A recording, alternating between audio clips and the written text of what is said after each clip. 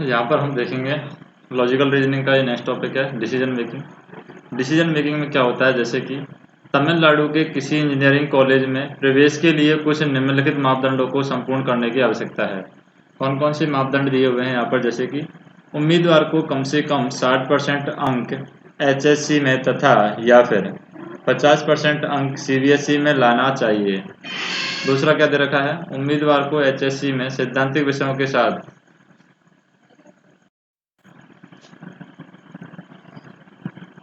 या फिर हम कह सकते हैं कि उम्मीदवार को एचएससी में सैद्धांतिक विषयों के साथ अर्थात गणित, फिजिक्स और केमिस्ट्री में एक साथ मिलाकर के पास होना चाहिए। तीसरी कंडीशन दे रखी है यहाँ पर कि उम्मीदवार को एचएससी के व्यावसायिक विषयों में किसी इंजीनियरिंग समर्थित विषय यानी इंजीनियरिंग के समान विषयों में अर्थात गणित, फिजिक्स और रसायन शास्त्र कम से कम औसत प्रतिशत के साथ अप्लाई कर सकता है। थर्ड कंडीशन में दे रखा है कि उम्मीदवार को तमिलनाडु का निवासी होना चाहिए, अर्थात 11वीं और 12वीं तमिलनाडु के पास यानी तमिलनाडु में पास की हो 11वीं और 12वीं, ये यहाँ पर कंडीशन हो सकती है।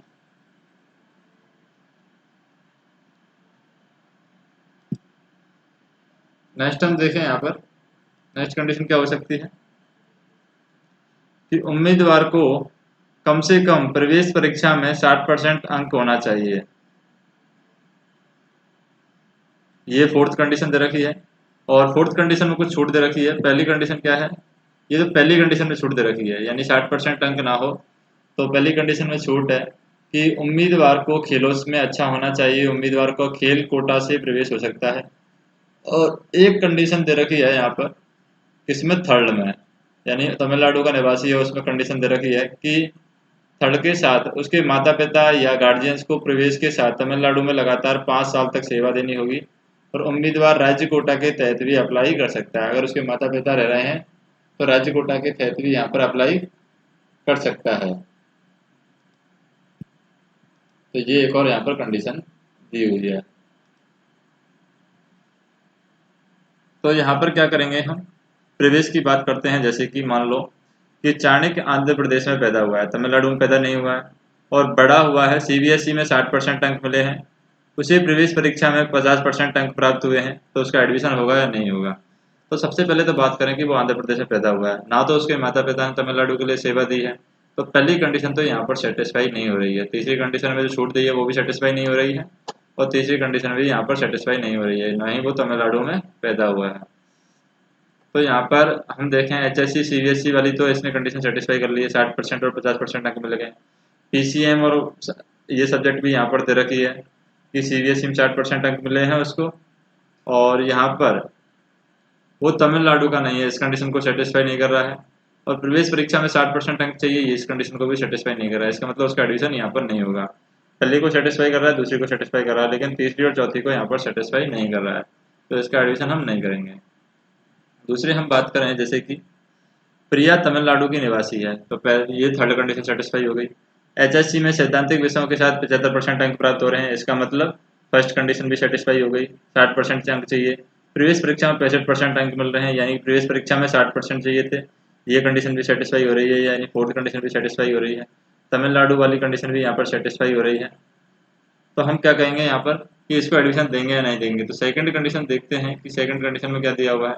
सेकंड कंडीशन में दिया हुआ है कि उम्मीदवार वैकल्पिक विषय या इंजीनियरिंग विषय में औसत प्रतिशत के साथ पास होना चाहिए। तो औसत प्रतिशत से ज़्यादा पास हो रहा है, इसका मतलब हम इसको एडमिशन देंगे। तो यहाँ पर प्रिया का एडमिशन हो जाएगा। थर्ड हम देखें कि मानसी ने एचएससी में सैद्धांतिक विषयों के साथ 72% अंक प्राप्त किए हैं, यानी कि यहाँ पर क्या है, पहली कंडीशन सेटिस्फाई हो रही है।